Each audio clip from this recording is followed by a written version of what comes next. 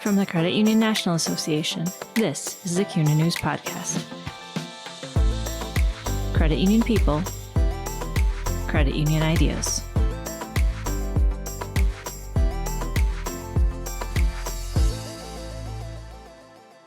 While they've achieved the top leadership spot at their organization, credit union leaders know they must still take advantage of every opportunity and continue to learn. I'm Jennifer Plager, Managing Editor with CUNA News. I recently spoke with Doug Fagan, President CEO at Partner Colorado Credit Union in Arvada, Colorado, Jennifer Watson, CEO at Limestone Federal Credit Union in Manistique, Michigan, and Darius Wise, President CEO at Red Rocks Credit Union in Littleton, Colorado. With varying tenures as CEOs, the panel shared their insights into what it means to be a leader, their leadership styles, advice they have for a first-time CEO, and much more.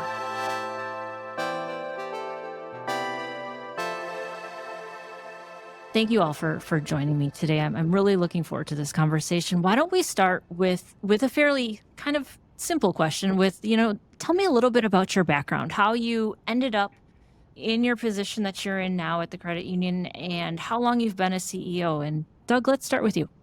Well, we'll start with the most recent question. I've been a CEO here at Partner Colorado since July 1st of 2021. So just crossed over 2 years.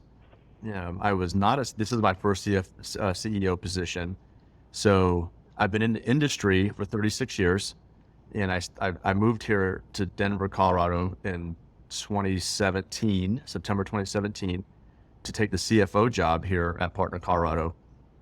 And before that, I was in Florida for a long time, since seventh grade. So between seventh grade and 2017, without giving away, ages, that kind of thing. So it's been a long time. My dad was in the Air Force, so I was kind of traveled all over. But before seventh grade, I was in Georgia, Kansas, Italy, North Dakota, Canada, New Hampshire, and then Florida, all before seventh grade. So moving around a lot, and that helped me learn how to meet people and how to talk to different kind of people. So 36 years in the industry has gotten me this far, and it's parents have a lot to do with that success. I don't take credit for that. For a lot of it, my parents kind of taught me how to make good decisions in life. So they get a lot of credit. I'm just not afraid to do hard work. So it's been an interesting 5-6 years here at the credit union, given what we do as from a credit union perspective. So it's been a lot of fun. Okay, and Jennifer, what's your credit union story, and how did you end up in your CEO chair? Listen, Jennifer, you said that this was the easiest question, but I would say this is the most difficult question. So I started in the industry in 1991. I actually went and added that up today. 32 years, about 28 of those as the CEO. I started at a very small credit union as a bookkeeper, stood up their first ATM machine. Ironically, I remember unboxing the first computer that was not a dumb terminal. So that really dates me. But I started at Limestone in 2003. So I've been here as the CEO since 2003. So Darius, what's your credit union story? How did you end up where you are today? Thanks, Jennifer. Great question. Thanks for having us. So very quick history for me is I spent 2 decades in the vocational ministry setting as a lead pastor. My then treasurer, about 5 to 6 years ago, my then treasurer who sat on my board of directors at the time was somewhat of a mentor to me. And we would meet monthly. We sat down for lunch as I was contemplating a career change. And I shared with him, I've got a few options on the table and potentially thinking about shifting industries. And he shared with me at that point in time, he said, Darius, I'm going to make this hard for you. Hey, I can't teach what you teach and who you are, but I can teach you this industry. I'm retiring in about 5 to 7 years, and I'm really looking for a leader like you to step in and help that transition flow a little bit smoothly. And maybe we can present you as a CEO candidate as a succession candidate in his case. And at that point in time, I thought he had eaten bad tomatoes over lunch. And so I just basically said, no, I think you should go to market with this role. 3 months later, he circled back, and here I am. Over the last 5 years, I entered the organization in 2019, a few months before the global pandemic, as its chief impact officer at the time. quickly was promoted into the EVP COO role, where I led the day-to-day operations of the institution. And that was my background on the church side of the equation. Led at a church of about 25,000 people, and then a church of about 1,500. And so was very familiar with the operational side of the equation, and leading people, and obviously leading business. And so a month or two after the pandemic, we stood up, as everyone did in that case, we stood up operations remotely. Time traveled. A year later, I was promoted into the interim CEO role upon his exit in the organization, him moving on. And once that happened, the board did a global search or a national search for the role, to fill the role. I was not one of those candidates, but ended up choosing to be one of those candidates at that time, and was chosen to be the permanent CEO as of February of this year. And so I'm probably the newest CEO of all of us on the call. In your minds, what makes a good leader? Darius, let's start with you this time. Yeah, I think, in my opinion, Jennifer, a good leader, I'm a big believer in, high EQ, high IQ. I think from a leadership standpoint, the best leaders that I've known and the best leaders that I've studied had a combination of high EQ and IQ. And so on the EQ, obviously the IQ side, there's a level of expertise and competence in a particular industry or area that they bring to the table. I think another table stake, in my opinion, is a high character leader, high character, high integrity leadership. I think, then you get into some of the EQ side of the equation. I think the emotional intelligence is critically important for leaders. How empathetic are they? How people focused are they? I think some of the best leaders focus on culture. They understand the value of culture. And so those are some of the components that I think make a good leader. And I think at the end of the day, leadership is about taking a group of people somewhere. And so every leader, I think, has to have the capacity to chart a course and be followable, be the kind of leader that's worth following. And so I think those are, in my opinion, high EQ, high IQ, high character, but at the end of the day, be followable. Jennifer, what do you think? What makes a good leader? It's super interesting. Some of the best leaders that, I've encountered in my career, they don't always carry a title of CEO or supervisor or manager, but I've always been impressed with people who really work hard to, like Darius said, to really help with the culture and really understand the importance of that, and then to really drive their own development in making sure that they're working to understand the role.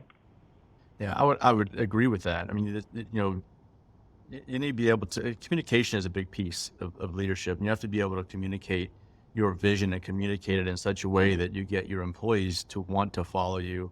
And typically you can't say, come follow me. You have to do it, and they will follow if you do it. I think, I read this some time ago, and it has kind of stuck with me, that a leader, you have to be accountable. And by being accountable, that means when something doesn't go right, you take the blame. And if something does go right, you give the credit. It's not about you. It's about everybody around you that makes everything work. So the culture is a big piece of that. So it kind of, culture, accountability, and vision, they kind of all go hand in hand. It's not just one quality that makes a good leader. I think there's many. So given that you've just talked about qualities that you think makes a good leader, what's your, if you had to describe your leadership styles, how would you describe your leadership style? Yeah, I think my leadership style is collaborative, team effort, or team driven.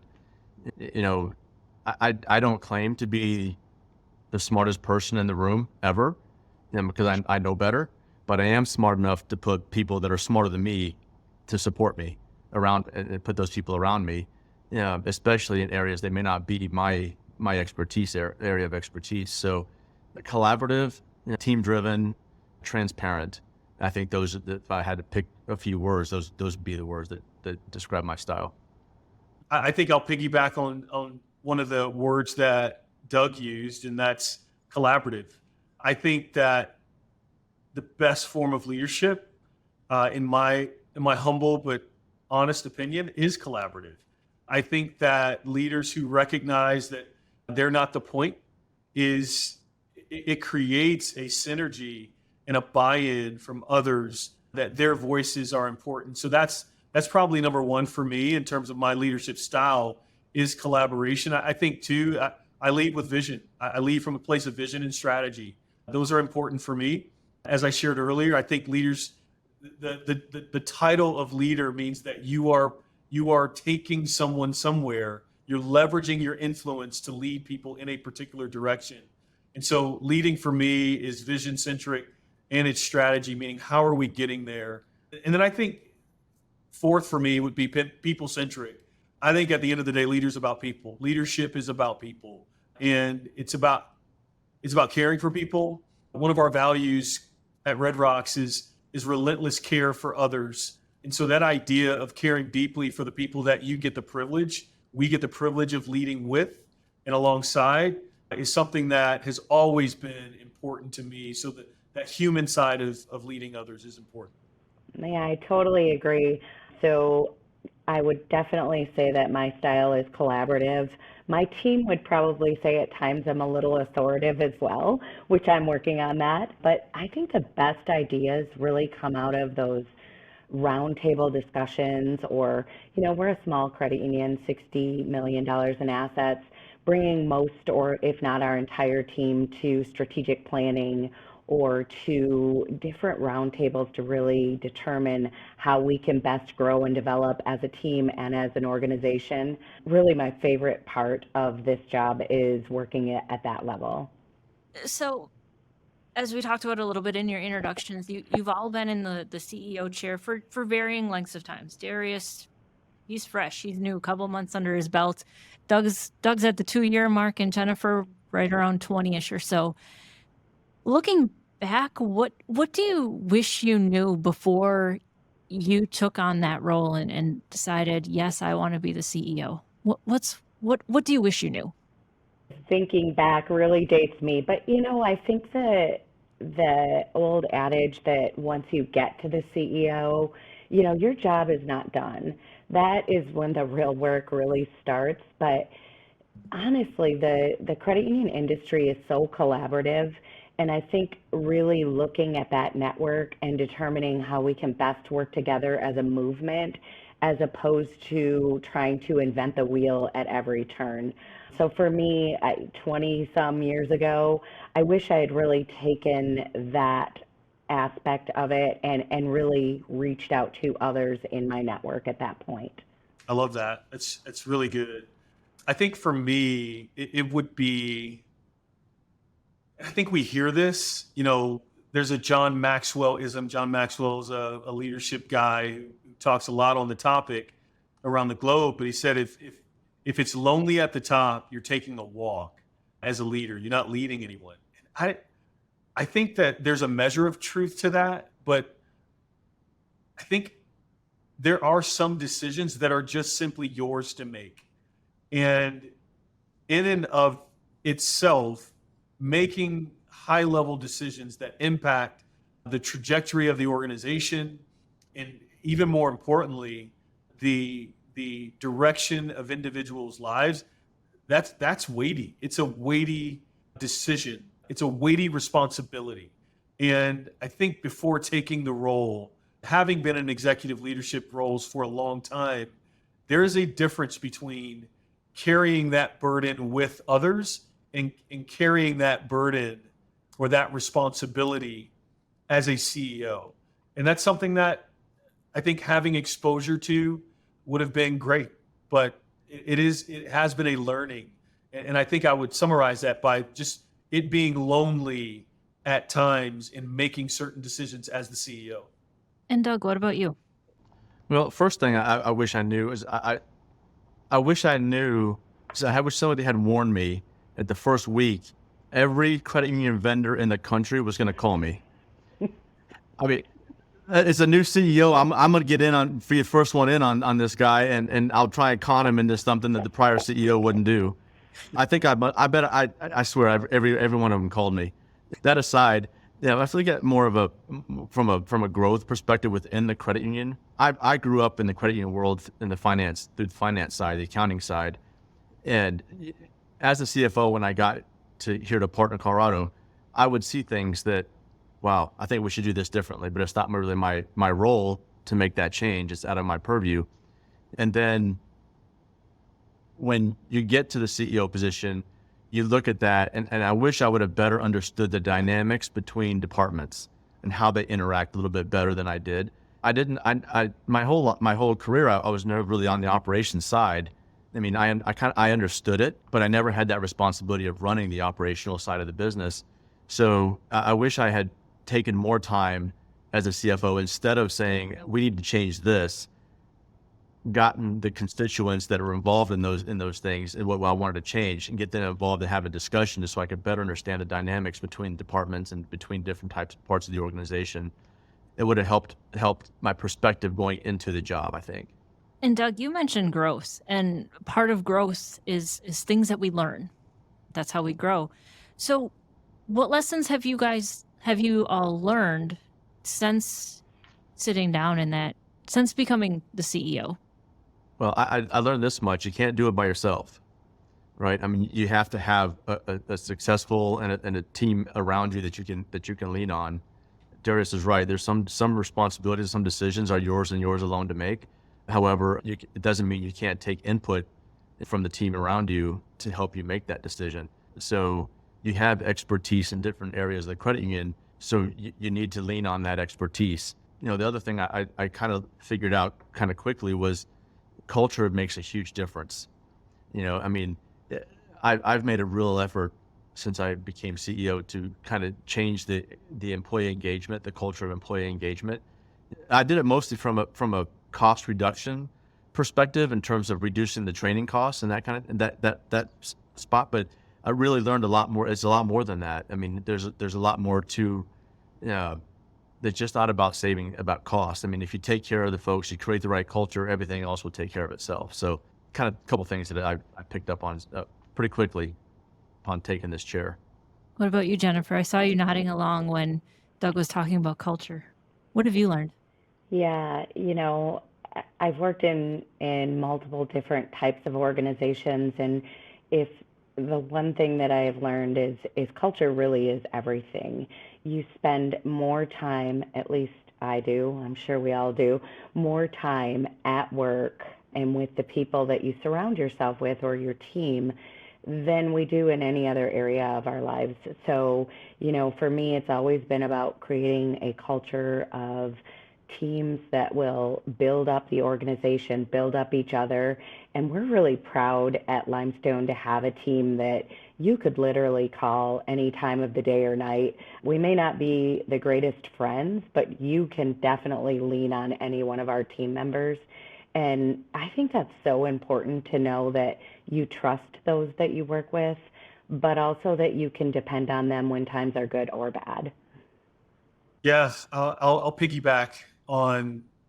I'll ring the cultural bell as well. I think culture matters more than just about anything. The environment we create is critically important. I'll go a layer deeper and kind of share some of what Doug shared, and that's understanding the criticality of the role relationship and the partnership between the board and the CEO. That relationship and how important it is and how valuable it can be when leveraged well and when maximized. We've got a fantastic board and I've got a fantastic leadership team. And so I think the other thing that I would say is one of the learnings, if you will, is hire an amazing leadership team and get out of their way. Allow them to help you lead the organization where it needs to go. Learning the importance of crystallizing the strategic plan. What's the strategic plan and who do we want to be when we grow up, if you will? I've got a phrase that I use from time to time. We don't want to be seduced by success, or we don't want to be crippled by failure.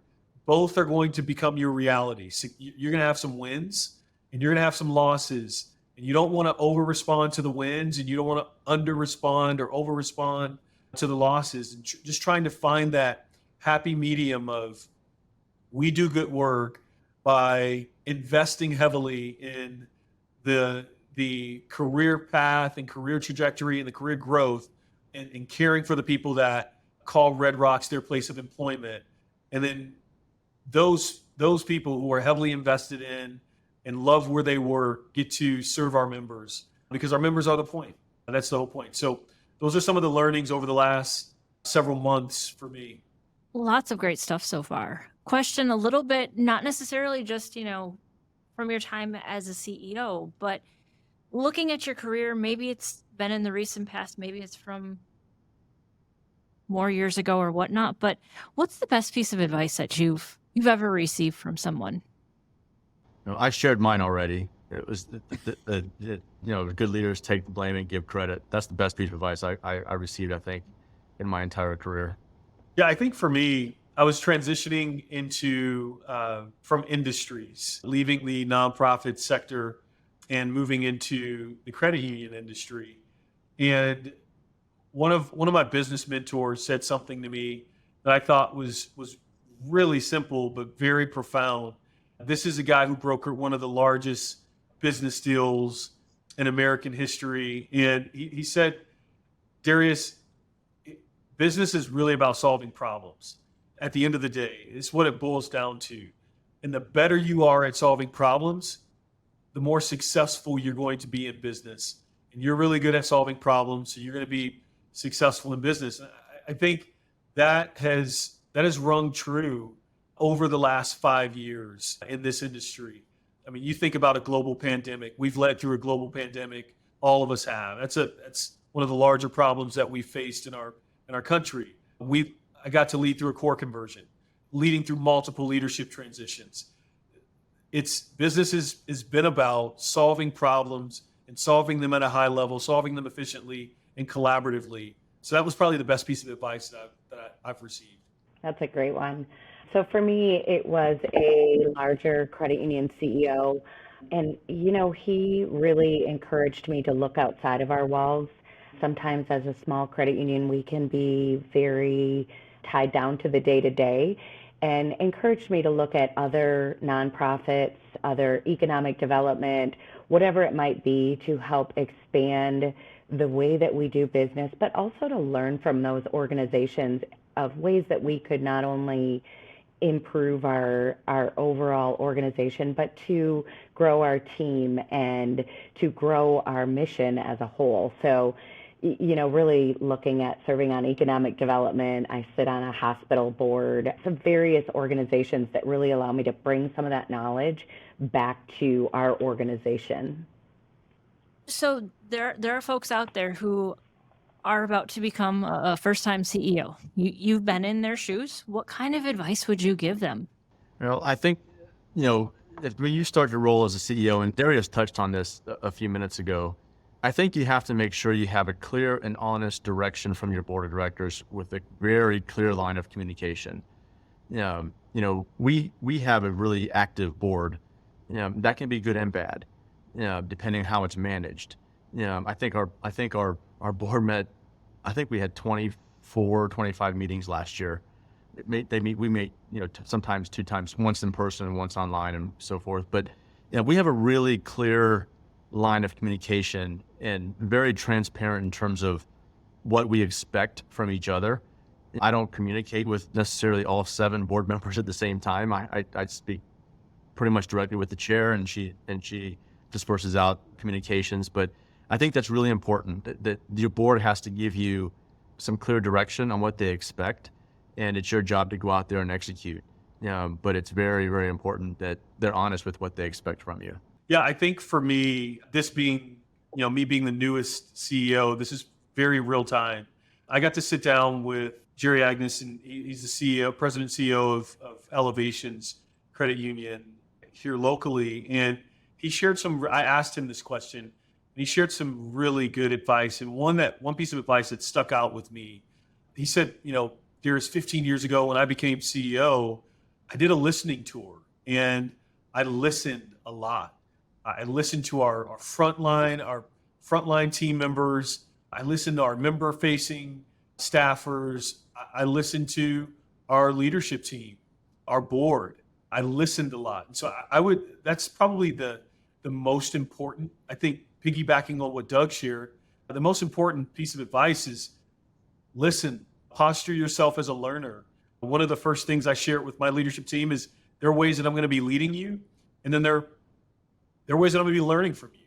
And I want to be clear on both, but I'm going to be leading and learning from you, and listening, I think, is a key part of that. The other piece I would reiterate is the criticality of the board CEO relationship, and the role clarity there, and the role clarity between the CEO and the senior leadership team. Who's doing what?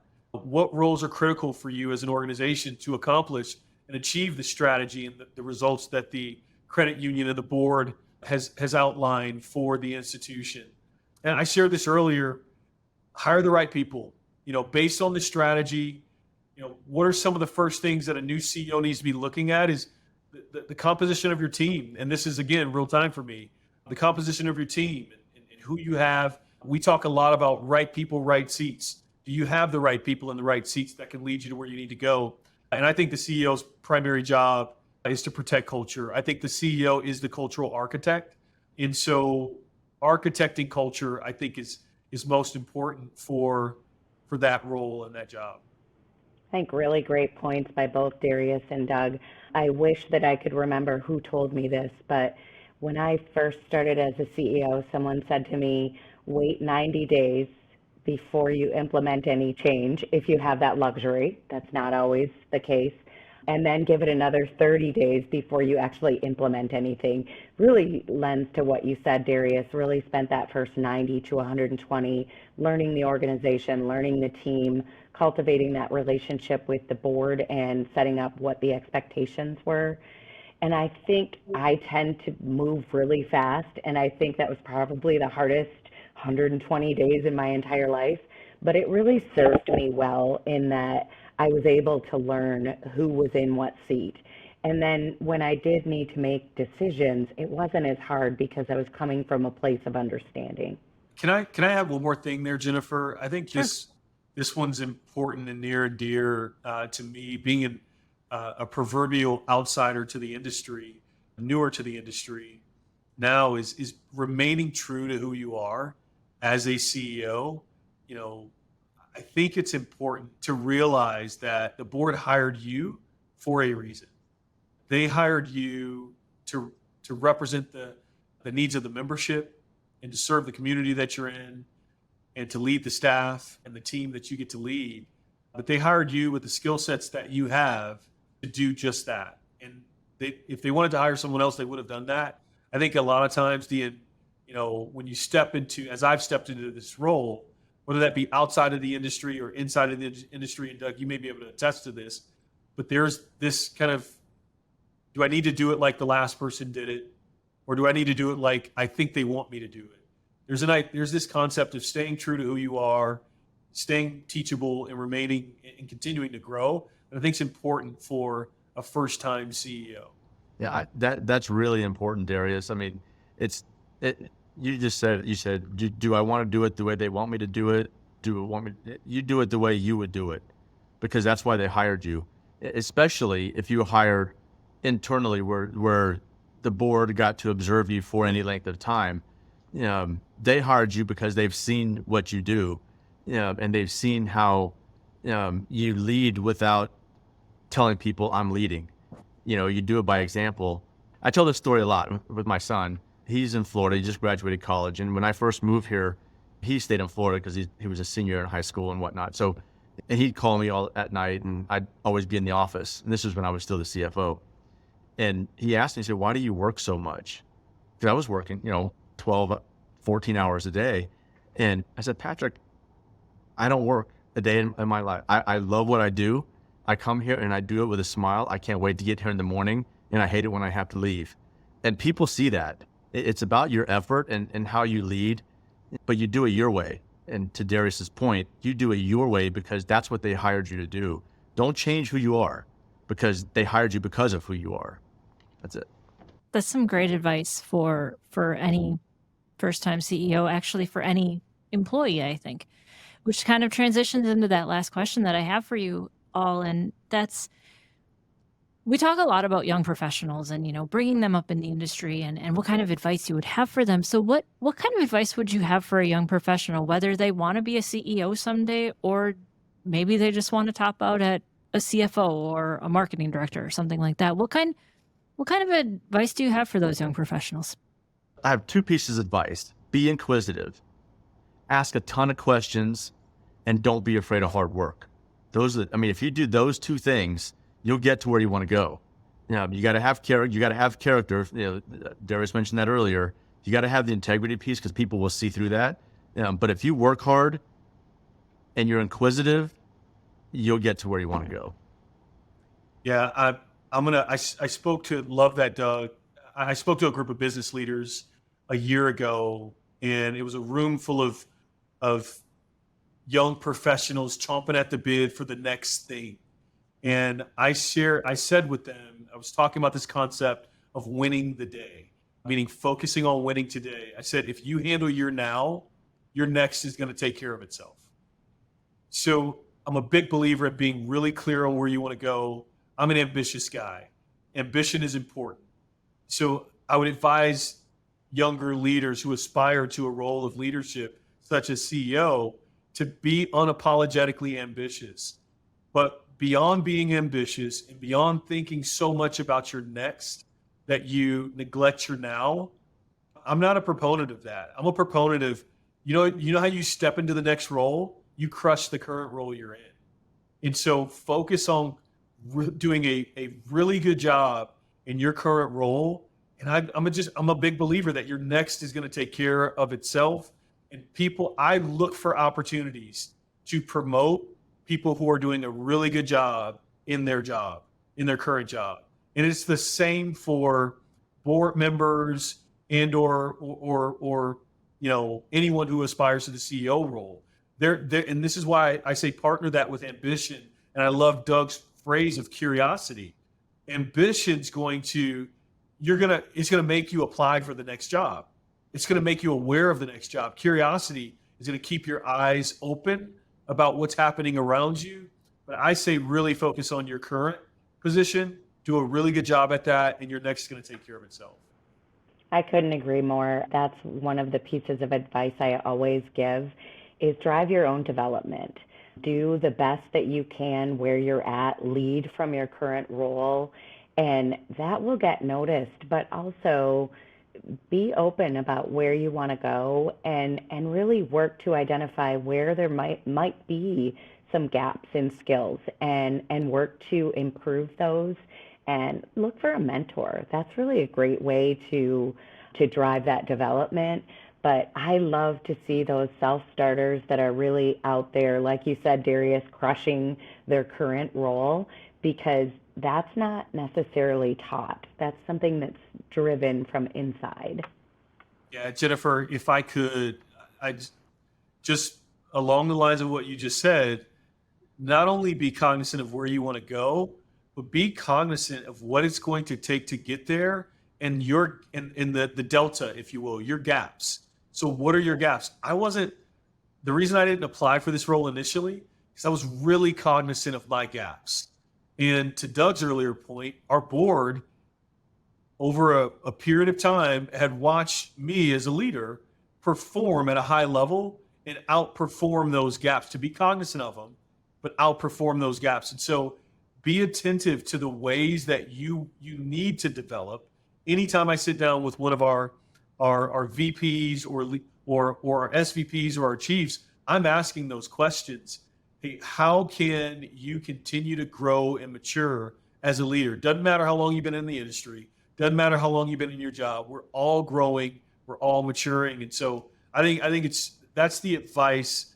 These are jewels that Doug and Jennifer have shared, but those are some that are really important. And I think you really touched on something there. No matter how long you've been in the industry, we all need to be cognizant of what our skill set is and where those gaps are and how we can improve, but also, where that's going to take us and what that next step is. You all have shared some great insight and some great advice and great stories about your careers and advice for future leaders and what it takes to kind of do what you're doing. Anything we haven't touched on that you think is important to mention before we wrap up? I think I would just say, for leaders in general who are listening to this podcast, don't stop learning, don't stop growing, don't stop innovating.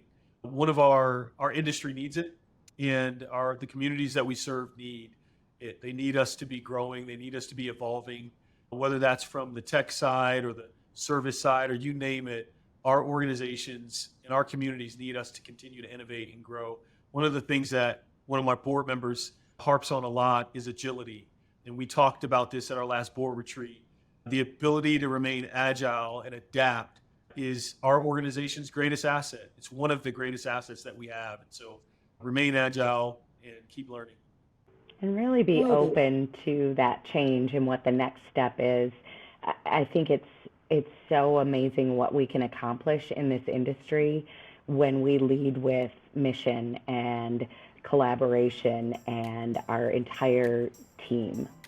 Yep. And I would just say, don't get complacent as an industry or as a leader. You just can't. Complacency will just bury you.